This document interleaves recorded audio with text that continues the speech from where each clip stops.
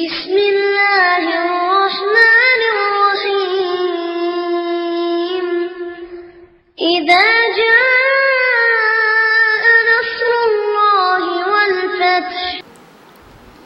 السلام عليكم ورحمة الله وبركاته.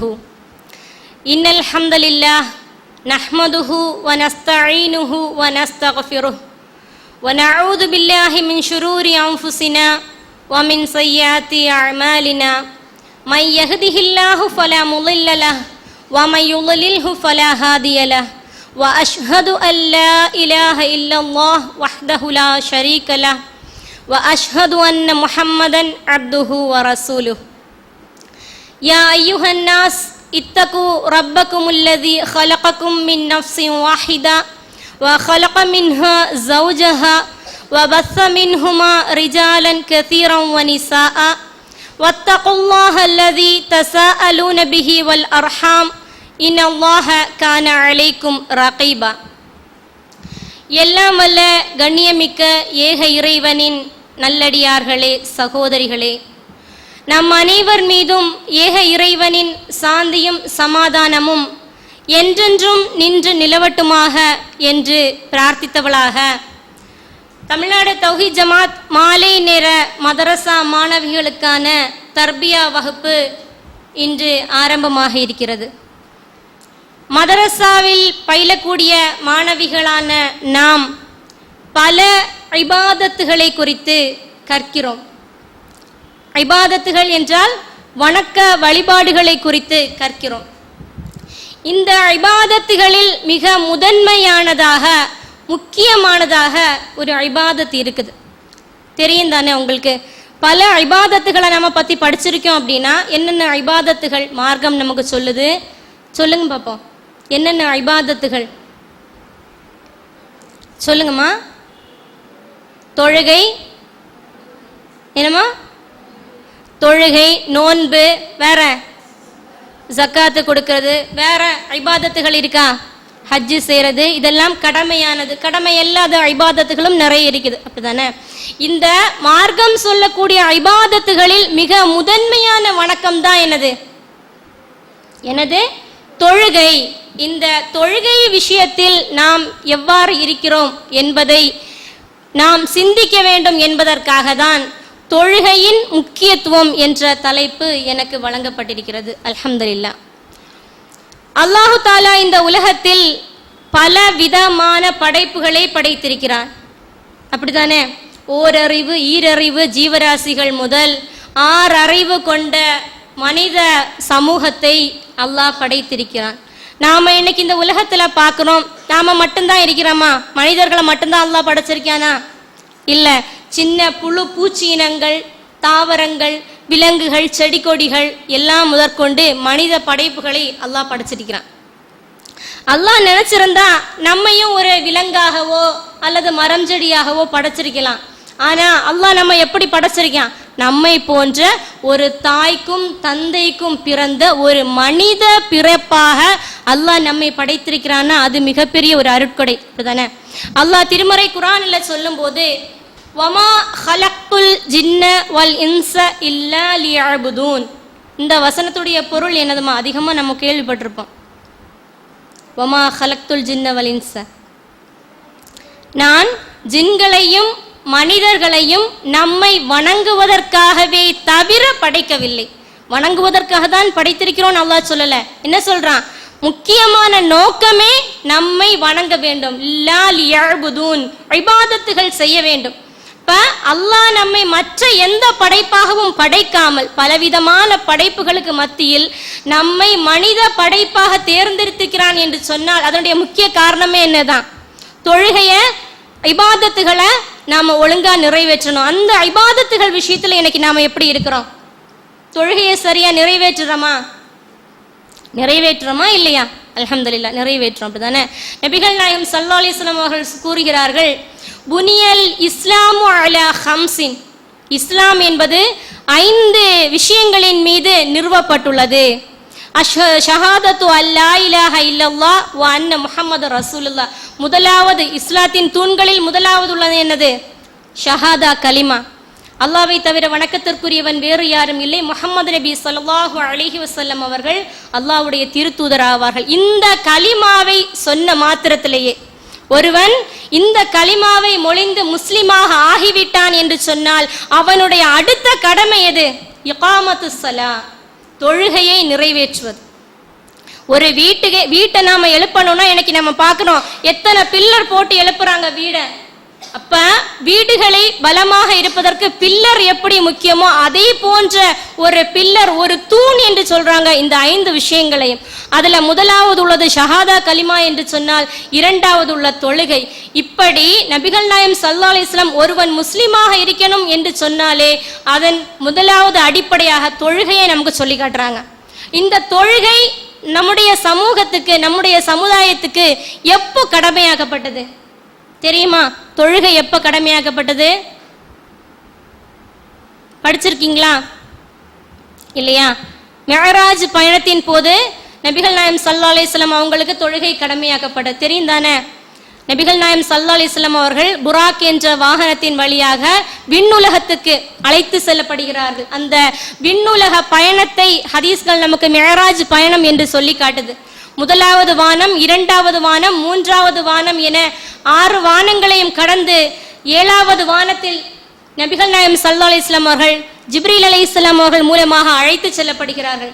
அங்க அல்லாஹ் ஒரு சில விஷயங்களை நபிகள் நாயகம் ஸல்லல்லாஹு அலைஹி வஸல்லம் அவங்களுக்கு கொடுக்குறான். அந்த விஷயங்களை எல்லாம் வாங்கிட்டு என்ன செய்யறாங்க? நபிகள் நாயகம் வாராங்க. அதுல அப்ப அந்த நேரத்துல தான் நமக்கு தொழுகை கடமையாக்கப்படுது. எத்தனை ரக்காத்து தொழுகை, எத்தனை நேர தொழுகை தெரியுமா? 5 நேர தொழுகையா? முதலில் நமக்கு கடமையாக்கப்பட்டது எத்தனை? 50. அப்படிதானே? 50 நேர தொழுகை, 50 ரக்காத்து கிடையாது, 50 நேர தொழுகைகளே. அதாவது அந்த ஹதீஸ்லயே வருது, பகலிலும் இரவிலுமாக 50 நேர தொழுகைகள் என்ன செய்து நமக்கு கடமையாக்கப்படுது. நம்ம அந்த 50 நேர தொழுகைகளை தொழுவோமா? இப்ப நபிகள் நாயகம் ஸல்லல்லாஹு அலைஹி வஸல்லம் இந்த கடமையை வாங்கிட்டு இறங்கி வராங்க. ஒவ்வொரு வானத்தையும் தாண்டி வரும்போது நபி மூசா அலைஹிஸ்ஸலாம் அவங்க வந்து சந்திக்கிறாங்க. அவங்க வந்து கேட்குறாங்க, முஹம்மதே உங்களுக்கு என்ன வழங்கப்பட்டுச்சு அப்படிங்கும்போது நபிகள் நாயகம் சொல்றாங்க, எனக்கு 50 நேர தொழுகைகளை கடமையாக அல்லாஹ் வழங்கி இருக்கிறான் அப்படின்னு சொல்லிட்டு. அப்ப மூசா நபி என்ன சொல்றாங்க? அவங்க பனு இஸ்ரவேல் சமுதாயத்துல வாழ்ந்து அந்த மக்களுடைய செயல்களை எல்லாம் பார்த்து பழக்கப்பட்டதுனால அவங்க சொல்றாங்க, நபியே இந்த விஷயத்தை 50 நேர தொழுகைகளை உம்முடைய சமுதாயம் கண்டிப்பா பின்பற்றுறது சிரமமாக இருக்கு, நீங்க அல்லாஹ்ட்ட போய் கேளுங்க, குறைச்சு வாங்கிட்டு வாங்க அப்படின்னு. அப்ப அந்த 50 நேர தொழுகைகள் நபிகள் நாயகம் ஸல்லல்லாஹு அலைஹி வஸல்லம் போறாங்க அல்லா இடத்துல. 50 நேர தொழுகை 45 குறைக்கப்படுது. திரும்பவும் மூசா நபிட்ட வரும்போது அவங்க சொல்றாங்க, 45 நேர தொழுகையா? இதையும் அவங்க கண்டிப்பா செய்ய முடியாது, சிரமமா இருக்கும், இன்னும் நீங்க குறைச்சு வாங்கிட்டு வாங்க அப்படின்னு சொல்லிட்டு அந்த 45 தொழுகையை வந்து திரும்பவும் குறைச்சு வாங்கிட்டு வராங்க. கொஞ்சம் கொஞ்சமா அல்லாஹ் 5 குறைச்சு கொடுக்குறான். மூசா நபி சொல்றாங்க, இது முடியாது, இது கஷ்டமா இருக்கும், 10 நேர தொழுகைகள் அது கஷ்டமா இருக்கும், நீங்க அல்லாஹ் இடத்துல போய் குறைச்சு வாங்கிட்டு வாங்க அப்படிங்கும்போது இறுதியாக இறைவன் 5 நேர தொழுகைகளை கடமையாக்கி விடுறான். அப்ப நபிகள் நாயகம் ஸல்லல்லாஹு அலைஹி வஸல்லம் அவங்க வரும்போது மூசா நபி இதுவும் உங்க சமுதாயத்துக்கு எப்படி இருக்கும்? சிரமமா தான் இருக்கும், இதையும் நீங்க குறைச்சு வாங்கிட்டு வாங்க என்று சொல்லும் போது அந்த நேரத்துல ரசூலுல்லாஹி ஸல்லல்லாஹு அலைஹி வஸல்லம் என்ன சொல்றாங்க? நான் இன்னும் அல்லாஹ் இடத்துல போய் குறைச்சு கேட்க, 50 நேர தொழுகைகள் குறைக்கப்பட்டு 5 ஆயிருச்சு, இந்த 5 நேரத்தையும் போய் குறைச்சு கேட்க நான் வெக்கப்படுறேன், திரும்பவும் அல்லாஹ் முன்னிலே போய் நிக்க நான் வெக்கப்படுறேன். ஆனா என்னுடைய சமுதாயத்தார் என்ன செய்வாங்க? இதை வந்து நிறைவேற்றக்கூடியவங்களா இருப்பாங்க என்று சொல்லி ரசூலுல்லாஹ் நம்ம மேல நம்பிக்கை வைக்கிறாங்க. 5 நேர தொழுகைகள் 50 நேர தொழுகை தான் என்ன செய்யப்படுது? 5 நேர தொழுகைகளாக குறைக்கப்படுது. ஆனா இந்த விஷயத்துல, தொழுகை விஷயத்துல நம்ம எப்படி இருக்கிறோம்?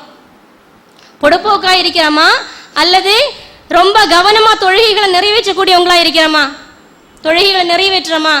நபிகள் நாயகம் ஸல்லல்லாஹு அலைஹி வஸல்லம் அவங்க சொல்றாங்க, நாளை மறுமையில ஒரு மனிதனிடம் அமல்களை குறித்து விசாரிக்கப்படும். மறுமைனா என்னன்னு தெரியும் தானே? நாம நம்முடைய உயிர்கள் கைப்பற்றப்பட்டு அல்லாஹ் இறைவனிடம் போனதுக்கு அப்புறம் அல்லாஹ் எல்லாருக்கும் உயிர் கொடுத்து எழுப்பக்கூடிய அந்த நாள் தான் மறுமை நாள். அந்த நாளில் நம்முடைய அமல்களை குறித்து விசாரிக்கப்படும். அமல்களையும் முதலாவதா எதை பொறுத்து விசாரிக்கப்படும்? தொழுகை குறித்து விசாரிக்கப்படும். ரசூலுல்லாஹி ஸல்லல்லாஹு அலைஹி வஸல்லம் சொல்லி காட்டுறாங்க, முதல் கேள்வியா, முதல் விசாரணையா தொழுகையை குறித்து, அமல்களில் முதலாவதா தொழுகையை குறித்து விசாரிக்கப்படும். அதில் ஒருவன் பாஸ் ஆயிட்டானா மீதி உள்ள விஷயங்கள் எல்லாம் அவனுக்கு லகுவானதாக ஆயிடும். இன்னைக்கு நம்ம மதரசாவுக்கு வரும்போது பார்க்குறோம், உஸ்தாது கொடுத்த பாடங்களை எல்லாம் முடிச்சுட்டு வரோம். ஆனால் என்ன செய்யல, தொழல, அல்லது தொழுகை நோட்டு வைக்கல, தொழுகை நோட்டை கொண்டு வரல, அல்லது ஹோம்ஒர்க்கை எழுதிட்டு வரலன்னு வைங்களேன், ஹோம்ஒர்க்கு எழுதிட்டு வரல. மதரசாவுக்கு வந்து பாடம் கேட்டால் பாடம் எப்படி சொல்லுவோம், கரெக்டாக சொல்லுவோமா? முதல் விஷயத்தையே கோட்டை விட்டுட்டா மீதி உள்ள விஷயங்கள் எப்படி இருக்கும்? எதுவுமே நமக்கு ஜெயிக்க முடியாது, அப்படித்தானே? மதரசாவுக்கு வரும்போது ஹோம்ஒர்க் எல்லாம் எழுதிட்டு வந்தா நம்ம படிச்ச பாடம் கூட நமக்கு எப்படி இருக்கும், நினைவுல இருக்கும். என்ன கேள்வி கேட்டாலும், சூறாக்களை கேட்டாலும் கடகட நம்ம சொல்லிடுவோம். அதுவே ஹோம்ஒர்க் எழுதல, உஸ்தாத் எதுவும் சொல்லிடுவாங்களோ, நீ எப்போ இப்படிதானே வர அப்படின்றவாங்களோ, உஸ்தாத் ஏதாவது சொல்லிடுவோம். அந்த பதப்படப்புலயே என்னவாயிரும், நம்முடைய மொத்த விஷயங்களும் அன்னைக்கு கோட்டையில போயிடும். ஆக இறைவன் முன்னால நாம போகும்போது முதலில் நாம விசாரிக்கப்படுறது இந்த தொழுகை. இந்த தொழுகை இந்த உலகத்தில் நாம வாழும்போது சரியாக நிறைவேற்றினாதான் அதுக்கப்புறம் நீங்க என்ன அமல்கள் செஞ்சாலும் அது அல்லாஹ் இடத்துல நான் என்ன செஞ்சிருக்கேன் அப்படின்னு சொல்லிட்டு அல்லாஹ் இடத்துல நம்ம பேசவே முடியும். சரியாமா? அதனால தொழுகை எப்படி இருக்கணும், சரிவர நாம நிறைவேற்றணும். அல்லாஹ் தன்னுடைய திருமறையில் சொல்லி காட்டும் போது, இன்ன ஸலாத்த கானத் அலல் முஃமினீன கிதாபம் மௌகூதா, தொழுகை என்பது முஃமின்கள் மீது நேரம் குறிக்கப்பட்ட கடமை. எப்படிப்பட்ட கடமை? நேரம் குறிக்கப்பட்ட கடமை. நாம எப்போ வேணாலும் தொழலாமா? எப்போ வேணாலும் தொழலான்னு இருக்கலாமா? கிடையாது. அதான் என்ன சொல்றான், நேரம். அலல் முஃமினீன கிதாபம் மௌகூதா, அதுக்கென்று நேரங்கள் இருக்குது. லொஹர் தொழுகை, அசர் தொழுகை, தொழுகைகளுக்கு என்று நேரம் இருக்குன்னா அந்தந்த நேரத்துல தான் நம்ம நிறைவேற்றணும். நமக்கு எவ்வளோ வேலைகள் இருக்கட்டும், எவ்வளவோ வேலைகள் இருக்கட்டு, அப்போ நம்ம என்ன செய்வோம், சரி இந்த வேலையை முடிச்சுட்டு வந்து தொழலாம், அந்த இதுவே கூடாது. எந்த ஒரு நேரத்திலையும் தொழுகையை இரண்டாம் பட்சமாக ஆக்கக்கூடாது. வேலைகளுக்கே தொழுகையை இரண்டாம் பட்சம் ஆக்கக்கூடாதுன்னா, விளையாட்டு, வீணான காரியங்களுக்கு, மொபைல் நோண்டுறதுக்கு, டிவி பார்க்கறதுக்கு, இதுக்கெல்லாம் பண்ணலாமா? நம்ம மொபைல் தட்டிகிட்டே இருப்போம், என்ன செய்யும், கொஞ்சம் ஒரு 1/4 மணி நேரம் முடிச்சுட்டு போய் தொழலாம் அப்படி நம்ம நினைக்கிறோமா? தொழுகையை இரண்டாம் பட்சமா ஆக்கக்கூடாது. முதல்ல தொழுகை நேரம் வந்துருச்சுல்ல, லொஹர் தொழுகையுடைய நேரம், நாம என்ன செஞ்சிடணும், முதல்ல தொழுகையை முடிச்சுட்டு தான் என்ன செய்யணும், மீதி உள்ள வேலைகளை. மொபைல்ல நோண்டிட்டு இருந்தா 10 நிமிஷம் 1/4 மணிக்கூறும் நினைப்போம், ஆனா நமக்கு நேரம் போறதே தெரியாது. கடைசியில என்னவாயிரும், அந்த தொழுகையை நம்ம கோட்டை விடக்கூடிய நிலைமை வந்துடும். வருமா இல்லையா? உங்களுடைய வாழ்க்கையை நீங்க அனுபவப்பட்டிருக்கீங்களா இல்லையா? ஆக எந்த நேரத்திலையுமே நம்ம தொழுகை என்ன செய்யக்கூடாது, இரண்டாம் பட்சமா நினைக்க கூடாது. வேலைகளா இருந்தாலும் சரி, மற்ற வீணானதின் பக்கம் நம்ம போகவே கூடாது. அப்படி இருக்கும்போது சின்ன சின்ன வேலைகளா இருந்தாலும் தொழுகையை முடிச்சுட்டு தான் என்ன செய்யணும், தொழுகையை முதல் விதா வச்சிருக்கணும், இரண்டாம் பட்சம் ஆக்கக்கூடாது. தொழுகை என்ன செய்யக்கூடாது, எப்போதுமே இரண்டாம் பட்சம் ஆக்கக்கூடாது. ஏன்னா தொழுகைகளை பேணணும். அல்லாஹ் குர்ஆன்ல சொல்லும் போது, ஹாஃபிது அலஸ் ஸலாத்தி, நீங்கள் தொழுகைகளை என்ன செய்யுங்கள், பேணி தொழுங்கள். தொழுகை எப்படி பொடுபோக்கா தொழலாமா, நேரம் கிடைக்குமோ தொழலாமா, 4 ரக்காத் தொழணும், அதுக்கு தொழலாம் அப்படின்னு சொல்லிட்டு போய் தொழலாமா? கூடாது. தொழுகையாளியா இருக்கணுங்கிறத விட மிக முக்கியமானது என்னது, அந்த தொழுகையை பேணக்கூடியவங்களா இருக்கணும். அல்லாஹ் தன்னுடைய திருமறையில் சொல்லும் போது, வல்லதீனஹும் அலா ஸலாத்திஹிம் யுஹாஃபிலூன், மறுமையில் வெற்றி பெறக்கூடிய அந்த மக்களை குறித்து அல்லாஹ் சொல்கிறான், அவர்கள் தொழுகையை பேணக்கூடியவர்களாக இருப்பார்கள். உலாயிக ஹுமுல் வாரிசூன், அவர்கள் வாரிசுதாரர்கள். அவங்கள வாரிசுதாரர்கள். எதுக்கு வாரிசுதாரர்கள் சொல்லும் போது, ஃபிர்தௌஸ் என்று சொல்லக்கூடிய சுவனத்துக்கு வாரிசுதாரர்கள். அல்லதீன யரிசூனல் ஃபிர்தௌஸ் ஹும் ஃபீஹா காலிதூன். வாரிசுதாரர்கள்னா என்னன்னு தெரியுமா? வாரிசுதாரர்கள்னா, இன்னைக்கு நம்முடைய பெற்றோருக்கு சொத்துக்கள் இருக்குது என்று சொன்னால் அதுக்கு நாளைக்கு அது நமக்கு வந்து சேரும், அதுக்கு நாம் வாரிசுகள். சரியா? அப்ப நாம் தொழுகையாளிகளாக இருந்தால் அவங்க எதுக்கு வாரிசு, நாளை மறுமையில சொர்க்கத்திற்கு. அதுவும் எந்த சுவனம், ஃபிர்தௌஸ் என்று சொல்லக்கூடிய சுவனத்துக்கு வாரிசுகள் என்று யாரு சொல்றான்? அல்லாஹ் சொல்றான். நாம இன்னைக்கு எதுக்காக இந்த உலகத்துல பயணப்பட்டுட்டே இருக்கிறோம், எதை நோக்கி ஓடிட்டே இருக்கிறோம்? நாளை மறுமையில வெற்றி பெறணும், நாளை மறுமையில சுவர்க்கத்துக்கு போகணும் தானே நபிகள் நாயகம் சொல்லும் போது, நீங்கள் உயர்ந்த சுவனத்தை கேளுங்கள் அல்லாவிடம், ஃபிர்தௌஸ் என்ற சுவனத்தை கேளுங்கள். கேட்ட உடனே கிடைச்சிருமா? கேட்கணும், அதுவும் முக்கியம்தான். ஆனா அதே நேரத்துல அதுக்கான செயல்களை நாம எப்படி இருக்கிறோம்?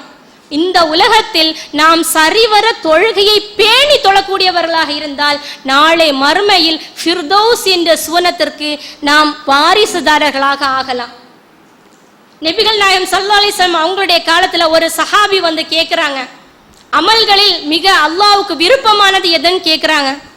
அந்த ஹதீஸ் போன தர்பியா வகுப்புல கூட உங்களுக்கு சொல்லப்பட்டுச்சு தெரியுமா? என்ன சொன்னாங்க? ரசூலுல்லாஹ் அல்லாஹ்வுக்கு மிக விருப்பமான அமல் எது அப்படின்னு கேட்கும்போது என்ன சொன்னாங்க?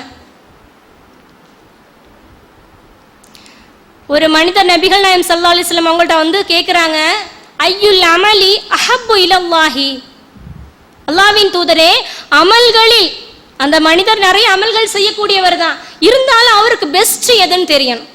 அப்ப அவங்க ரசூலுல்லாஹ்ட்ட வந்து கேட்குறாங்க, யார் ரசூலுல்லாஹ், அமல்களில் மிக அல்லாஹ்வுக்கு விருப்பமானது எது? ஏன்னா நமக்கு ஒருத்தவங்களை பிடிக்கும்னா அவங்களுக்கு பிடிச்சதை நம்ம செய்வோமா இல்லையா? செய்வோமா? அதான் நமக்கு யாரையுமே பிடிக்காதா? இல்லை. எல்லாருக்கும் நண்பர்களையோ உறவினர்கள யாராவதையோ அல்லது நம்முடைய பெற்றோர்களையோ ஒவ்வொருத்தவங்களுக்கும் ஒவ்வொருத்தவங்கள பிடிக்கும். இப்போ பிடிச்சவங்களுக்கு தகுந்த மாதிரி என்ன செய்வோம்? நாம செய்வோம். அந்த சஹாபி அல்லாஹ்வுக்கு மிக விருப்பமான அமல் எது அதை தெரிஞ்சுக்கணும். உங்களுக்கு எப்படியாவது நாளை மறுமையில் நம்ம வெற்றி பெறணும்ல, அதுக்கு அவங்க கேட்குறாங்க. நிறைய அமல்களை நாம செஞ்சாலும் அல்லாஹ்வுக்கு ரொம்ப விருப்பமானது அஹப்பு இலல்லாஹ், அல்லாஹ்வுக்கு மிக விருப்பத்துக்குரியது எது அப்படின்னு ரசூலுல்லாஹ்ட்ட கேட்குறாங்க. அப்ப நபிகள் நாயகம் என்ன சொல்றாங்க? அஸ்ஸலாத்து அலா வக்திஹா, அஸ்ஸலாத்து அலா வக்திஹா, தொழுகையை அதற்குரிய நேரத்துல தொழணும். சும்மா தொழணும்னு சொல்லல, தொழுகை எப்ப தொழணுமா?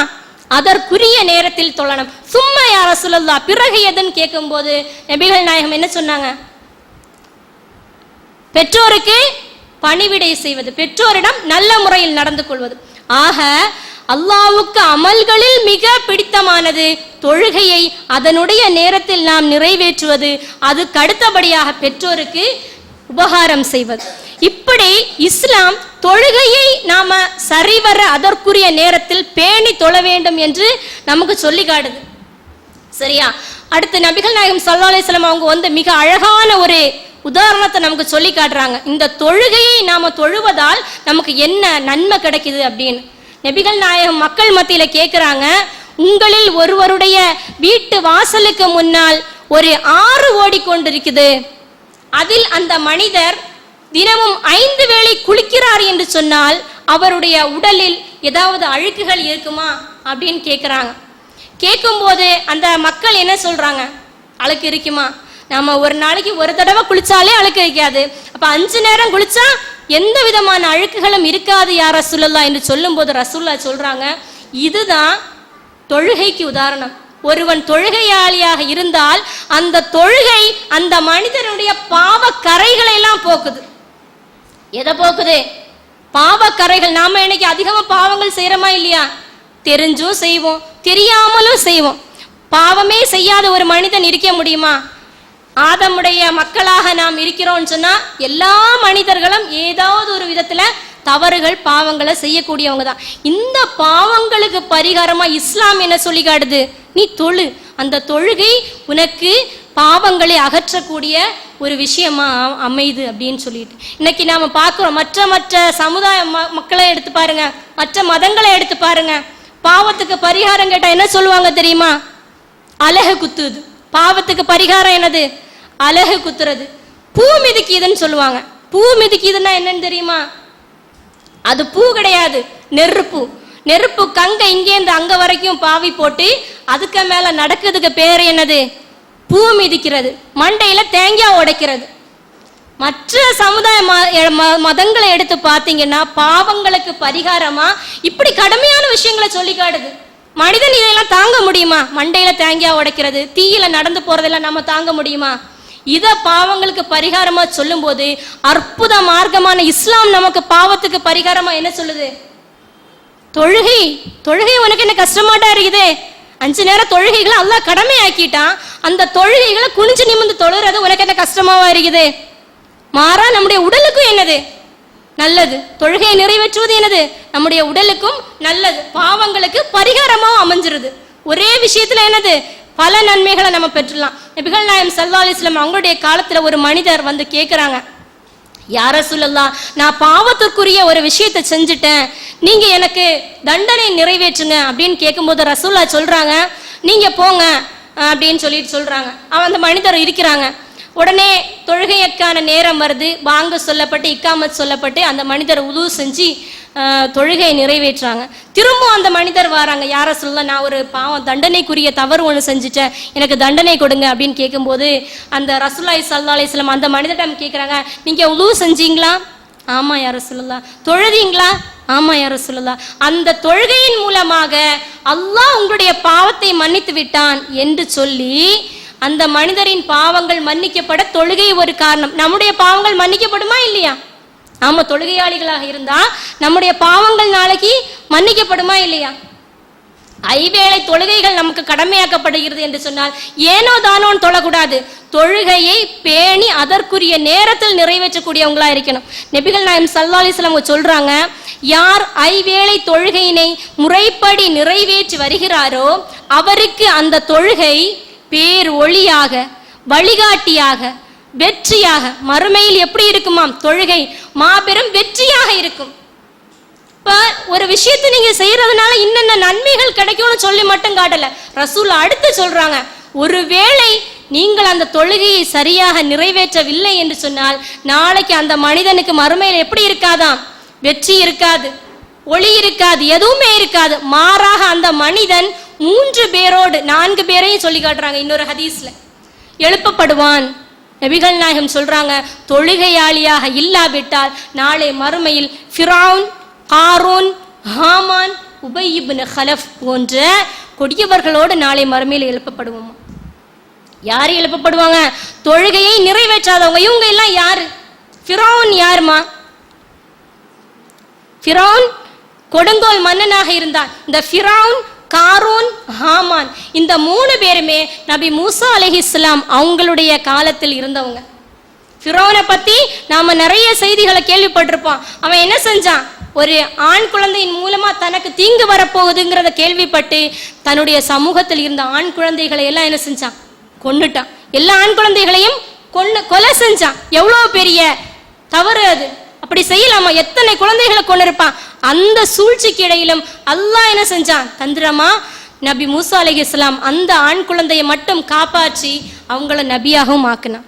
மேலும் அந்த ஃபிரௌன் என்ன சொன்னான்? ஃபகால அன ரப்புக்குமுல் அலா, நான் தான் உயர்ந்த கடவுள், என்ன நீங்க வணங்குங்க, நான் தான் கடவுள் அப்படின்னு சொல்லிட்டு மக்களிடம் சொன்னான்.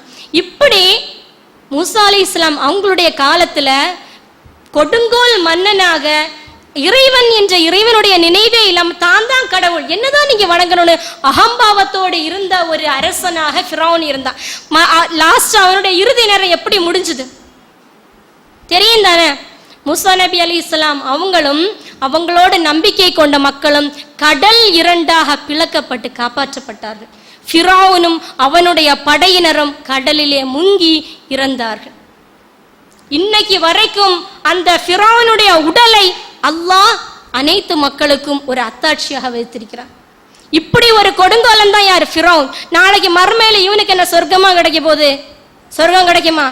இந்த உலகத்திலே அல்லாஹ் நல்லா அவனுக்கு படிப்பினை கொடுத்தாச்சு. நாளை மறுமையில அவனுடைய நிலை எப்படி இருக்கும் நினைச்சு பாருங்க. அதே மாதிரிதான் ஹாமான் என்பவனும் இந்த ஃபிரௌனுடைய அரசவையில ஒரு மந்திரியாக இருந்தவன். காரூனை பத்தி தெரியுமா உங்களுக்கு? காரூன் என்ற ஒரு கொடியவன் மூசா நபி அலைஹிஸ்ஸலாம் அவங்களுடைய காலத்தில் இருந்தான். அவனுக்கு மிக பெரும் செல்வங்கள் வழங்கப்பட்டிருந்ததான்.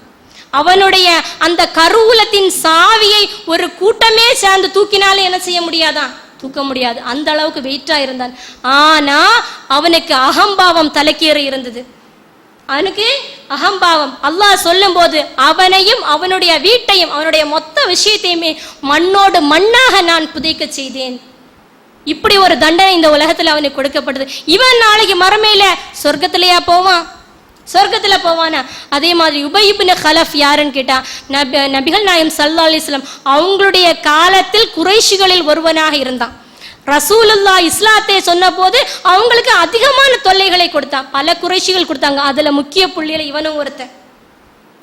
இப்படி இந்த உலகத்தில் வாழும்போது கொடுங்கோலர்களாக, கேவலமானவர்களாக, இறைவனை மறுத்தவர்களாக வாழ்ந்தவங்க தான் ஃபிரௌன், காரூன், ஹாமான், உபய் இப்னு கலஃப் போன்றவர்கள். இவர்கள் நாளைக்கு மறுமையில் எங்க இருப்பாங்க? சொர்க்கத்தில் இருப்பாங்களா? இப்ப இந்த உலகத்தில் நாம தொழுகையை நிறைவேற்றினா அந்த தொழுகையின் காரணமா நாம என்ன செஞ்சிடலாம்? மறுமையில வெற்றி பெறலாம். அப்படி ஒருவன் தொழுகையை தவறியவனாக இருந்தால் இவங்களுடைய நிலையெல்லாம் நினைச்சு பாருங்க. ஃபிரௌன் எப்படி கடல்ல முங்கி இறந்தான், காரோன் எப்படி மண்ணோடு மண்ணா போனான். இந்த நிலைமை என்ன செய்யக்கூடாது? நமக்கு வரக்கூடாது. இவங்களுடைய இந்த விஷயங்களை, நிலைகளை வச்சு நாம பயப்படணும். நாம என்ன செய்யணும்? பயப்படணும். தொழுகைன்னு சொன்னா நாம இன்னைக்கு படிச்ச இந்த விஷயங்கள் நினைவுக்கு வரணும். முதல் வேலையா தொழுகை தான். முதல் வேலையா என்ன செய்யணும்? தொழுகை தான். இரண்டாம் பட்சமா தொழுகையை ஒருபோதும் ஆக்கக்கூடாது. நபிகள் நாயகம் ஸல்லல்லாஹு அலைஹி வஸல்லம் அவங்க சொல்லி காட்டுறாங்க, தொழுகை தான் ஒருத்தனுடைய வித்தியாசம், ஒரு முஸ்லீமுக்குரிய அடையாளமா சொல்லி காட்டுறாங்க. இன்னைக்கு நம்ம இடத்துல மாற்று மதத்தவங்களுக்கும் நமக்கும் இருக்கிற வித்தியாசம்னு கேட்டா என்ன சொல்லுவோம்? அவங்க பொட்டு வைக்குவாங்க, நாம தொப்பி போடுவோம் அப்படின்போம். இதெல்லாம் ஒரு வேறுபாடா? மாற்று மதத்தவர்களுக்கும் இறை மறுப்பவர்களுக்கும் நமக்கும் உள்ள வேறுபாடு என்னது? தொழுகை தான். நபிகள் நாயகம் சொல்ற என்ன சொல்லி காட்டுறாங்க? தொழுகை தான் காஃபிருக்கும் ஒரு முஸ்லிம் முஃமினான அடியானுக்கும் இடையில உள்ள வேறுபாடு. தொழலன்னு சொன்னா அவன் யாராயிருவான்? நீ என்ன ஃபாத்திமா, கதீஜா, ஆமினான்னு பேரை வச்சிருந்தாலும் தொழுகையாளியா இல்லைன்னு சொன்னா யாராக முடியாது. முஸ்லிமாவோ முஃமினாகவோ இந்த உலகத்திலே அல்லாஹ்வால ஏற்றுக்கொள்ளப்படாது. அவங்க காஃபிருடைய லிஸ்ட்ல, முஸ்லிம் இஸ்லாத்தை விட்டு வெளியேறின காஃபிர்களுடைய லிஸ்ட்ல சேர்ந்துருவாங்க. அதனால என்ன செய்யணும்? நாம தொழுகையை சரிவர நிறைவேற்றணும். அல்லாஹ் திருமறையில தொழுகையாளிகளுக்கே சாபம் கொடுக்கிறான். நாம இப்படி எல்லாம் பாக்குறோம்ல, தொழுகையை சரியா நிறைவேற்றணும்னு. அல்லாஹ் குர்ஆன்ல தொழுகையாளிகளுக்கு சாபம்னு சொல்றான். சாபம்னு சொல்றானா இல்லையா? இந்த வசனம் தெரியுமா உங்களுக்கு? ஃபவைலுல் லில் முஸல்லீன் அல்லதீன ஹும் அன் ஸலாத்திஹிம் சாஹூன். தொழுகையாளிகளுக்கு கேடு.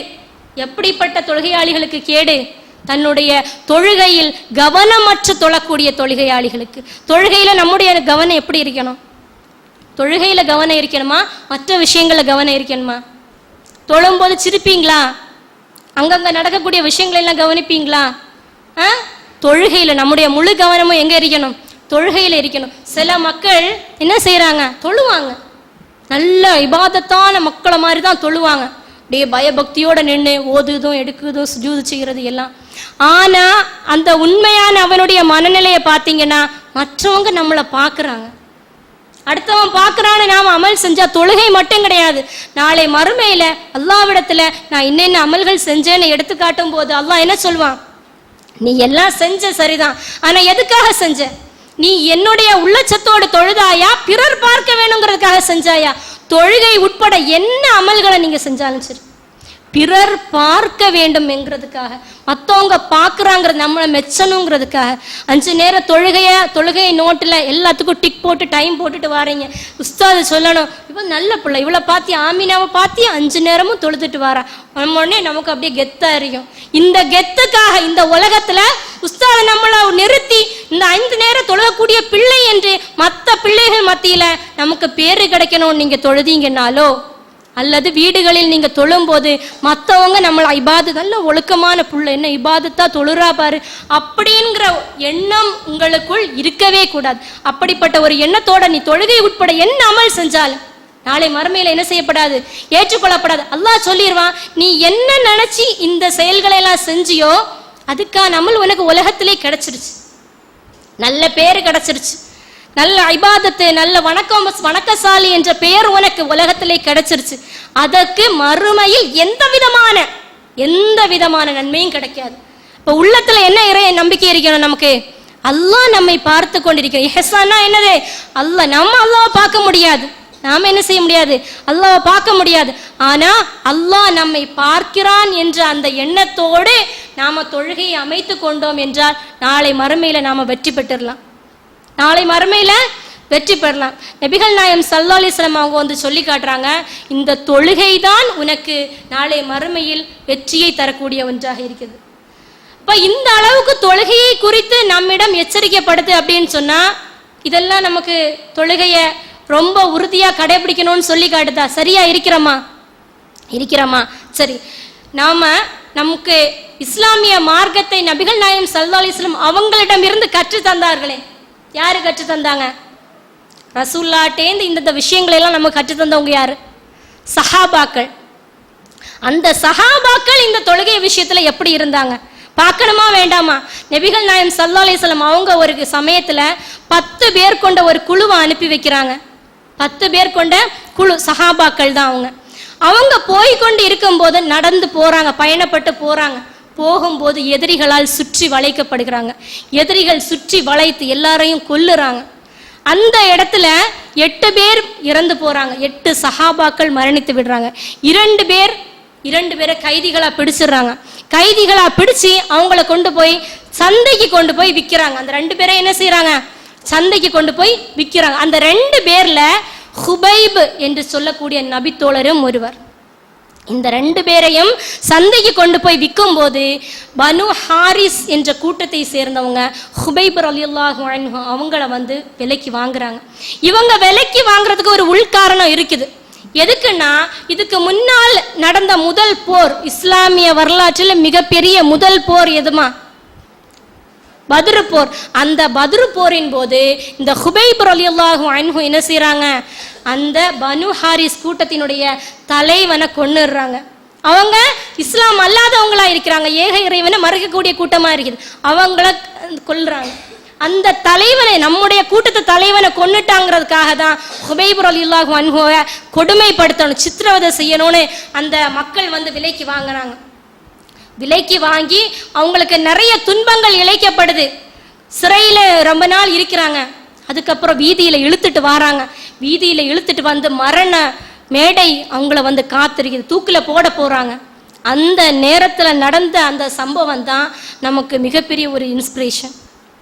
ஹுபைப் ரலியல்லாஹு அன்ஹு அவங்க சொல்றாங்க, தரூனி உஸல்லி ரக்அத்தைனி, என்னை 2 ரக்காத்துகள் தொழ அனுமதிங்க, விட்டுருங்க அப்படிங்கும்போது அவங்க என்ன அசர் தொழுகையை தொழணும்னு சொன்னாங்க? கடமையான தொழுகையை தொழணும்னு சொன்னாங்க? இல்லை, சுன்னத்தாக 2 ரக்காத்து தொழணும் அப்படின்னு கேட்குறாங்க.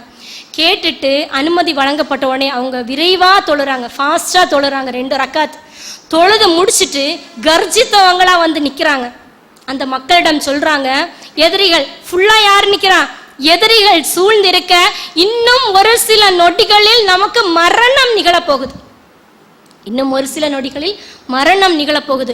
அந்த நேரத்தில் அவங்க கேட்குறாங்க, நான் எதுக்காக தொழுதன் தெரியுமா? ஃபாஸ்டா எதுக்காக தொழுதன் தெரியுமா?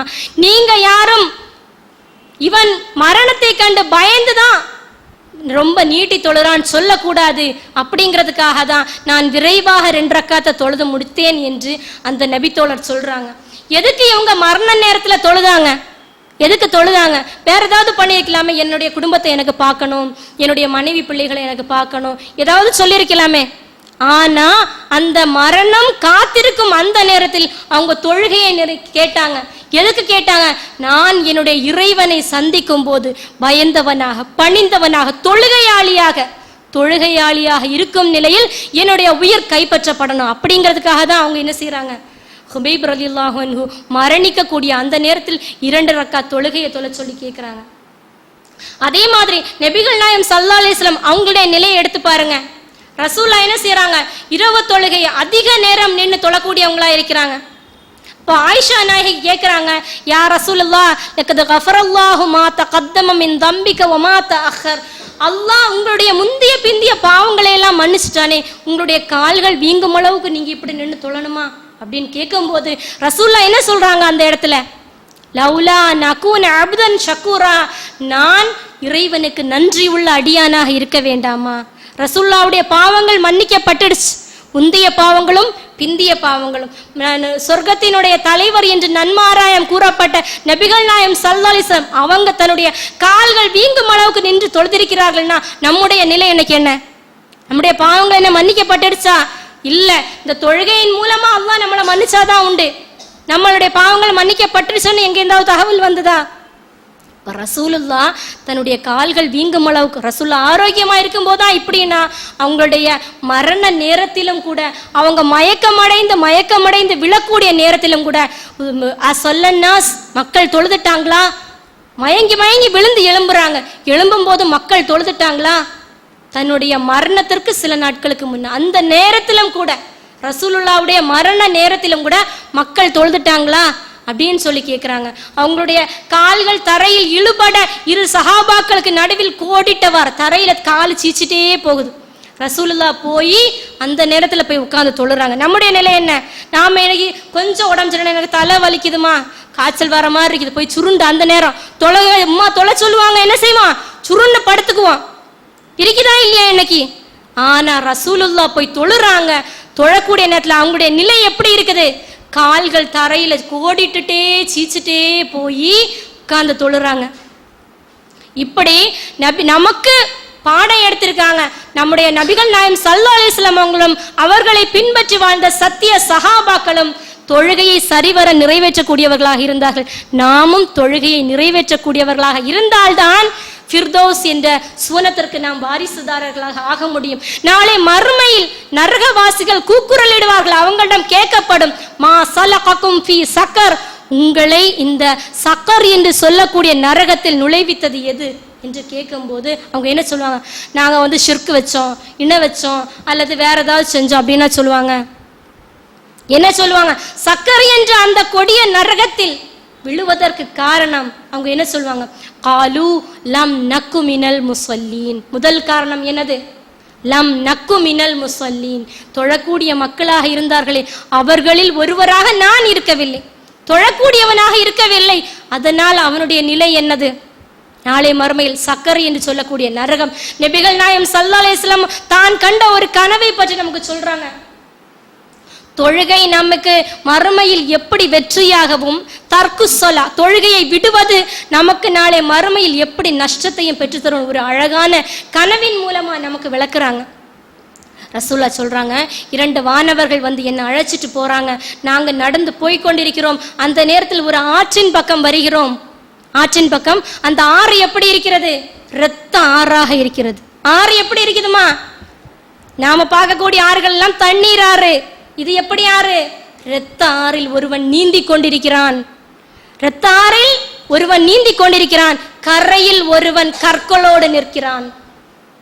இந்த ஆற்றில் நீந்துபவன் நீந்தி நீந்தி மேல வர வர அந்த கரையில் நிற்பவன் கற்களை கொண்டு இவன் தலையில் எறிகிறான். அவனுடைய தலை நசுக்கப்பட்டு அவன் பாதாளத்தில் விழுகிறான். திரும்பவும் நீந்தி நீந்தி கரைக்கு வருகிறான். கற்கள் கொண்டு எறியப்படுகிறான். திரும்பவும் பாதாளத்தில் விழுகிறான். இறுதியில் அந்த இரத்த ஆத்தை அவனால் நீந்தவே முடியவில்லை. ரசூல்லா சொல்லிட்டு, எதனால இவனுக்கு இந்த நிலை தெரியுமா? எதனால அந்த நிலை தெரியுமா? நாளை மறுமையில அவன் உலகில் வாழும்போது குர்ஆனை கற்றவன். எப்படிப்பட்டவனா? குர்ஆனை கற்றவன். நாமளே இன்னைக்கு படிச்சுட்டு இருக்கிறோம்ல, இது மாதிரி அந்த இரத்த ஆறில் முங்குனவனும் உலகில் வாழும்போது குர்ஆனை கற்றவன். கற்று என்ன செய்யல? அதன்படி செயல்படல. கற்று என்ன செய்யல? அதன்படி செயல்படல. கடமையான தொழுகையை தொழாமல் உறங்கிவிட்டான். கடமையான தொழுகையை தொழாமல் உறங்கிவிட்டான். அதனால அந்த மனிதனுக்கு இரத்த ஆற்றிலிருந்து நீந்தி வர முடியாமல் அவனுடைய தலைகள் நசுக்கப்படுது. இப்படியான ஒரு தண்டனை தொழுகையை விடக்கூடியவர்களுக்கு நாளை மறுமையில் இருக்கிறது. இன்னும் அல்லாஹ் தஆலா இன்னொரு வசனத்தில் நமக்கு சொல்லி காட்டுகிறான். அந்த மறுமையில் அந்த நரகவாசிகள் நரகத்திலே கிடந்து புலம்புவார்கள். வஹும் யஸ்தரிஹூன ஃபீஹா, அதிலே அவர்கள் அழுதுவார்கள். அவங்க கேட்பாங்களாம், அல்லாவே, நான் உலகத்தில் வாழும்போது செய்யாமல் வந்த அமல்களை, தொழுகைகளை நிறைவேற்ற எனக்கு ஒரு வாய்ப்பு தா அப்படின்னு கேட்கும்போது வழங்கப்படுமா? இந்த உலகத்தில் வாழும் போது நமக்கு அல்லாஹ் அவகாசம் வழங்கியிருக்கிறான் தொழுகை உட்பட அமல்கள் செய்வதற்கு. இங்கு நிறைவேற்றாமல் நாளை மறுமையில் ஒருவன் போய் அழுது புலம்பி அல்லாஹ்விடம் மன்றாடினாலும் வாய்ப்பு வழங்கப்படுமா? நரக நெருப்பில் தூக்கி எறியப்படுவான். இந்த அளவிற்கு இஸ்லாம் தொழுகையை சரியாக நிறைவேற்றுவது குறித்து நமக்கு எச்சரிக்கிறது. தொழுகையை விடுவது நரகில் சேர்க்கக்கூடிய பாரதூரமான ஒரு செயலாக இருக்குது என்று நமக்கு சொல்லி காட்டுது. நம்ம அனைவருக்கும் முன்மாதிரியாக இருந்த நபி இப்ராஹிம் அலைஹிஸ்ஸலாம் அவர்கள் துஆ செய்கிறார்கள். அவங்களுடைய துஆ தெரியுமா? தொழுகைக்காக வேண்டி துஆ செய்கிறாங்க. ரப்பி ஜஅல்னி முகீமஸ் ஸலாத்தி வ மின் ذُرِّيَّتِي, இறைவா என்னையும் என்னுடைய சமூகத்தையும் தொழுகையை நிலைநாட்டக்கூடியவர்களாக நீ ஆக்குவாயாக. ரப்பனா வ தகப்பல் துஆ, இறைவா என்னுடைய பிரார்த்தனையை நீ ஏற்றுக்கொள் என்று நபி இப்ராஹிம் அலைஹிஸ்ஸலாம் அவர்கள் கேட்கிறார்கள். நாம் என்னதான் மனது வைத்து தொழுகையை நிறைவேற்றணும் என்று இருந்தாலும் இறைவனின் நாட்டம் நமக்கு வர வேண்டும். இந்த நபி இப்ராஹிம் அலைஹிஸ்ஸலாம் கற்றுத்தந்த பிரார்த்தனையை நாம் அனுதினமும் ஓத வேண்டும். இறைவா என்னையும் என்னுடைய சந்ததியில் வரக்கூடிய அனைத்து மக்களையும் தொழுகையை நிலைநாட்டக்கூடியவர்களாக நீ ஆக்கு என்று பிரார்த்திக்க வேண்டும். தொழுகையை சரிவர நிறைவேற்றி நாளை மறுமையில் ஜன்னத்துல் ஃபிர்தௌஸில் நுழையக்கூடிய நன்மக்களாக அல்லாஹ் நம் அனைவரையும் ஆக்கி அருள்வானாக என பிரார்த்தித்து எனது உரையை நான் முடித்துக் கொள்கிறேன். வாஹிர் தஅவானா அனில் ஹம்துலில்லாஹி ரப்பில் ஆலமீன். அஸ்ஸலாமு அலைக்கும் வரஹ்மத்துல்லாஹி வபரகாத்துஹு.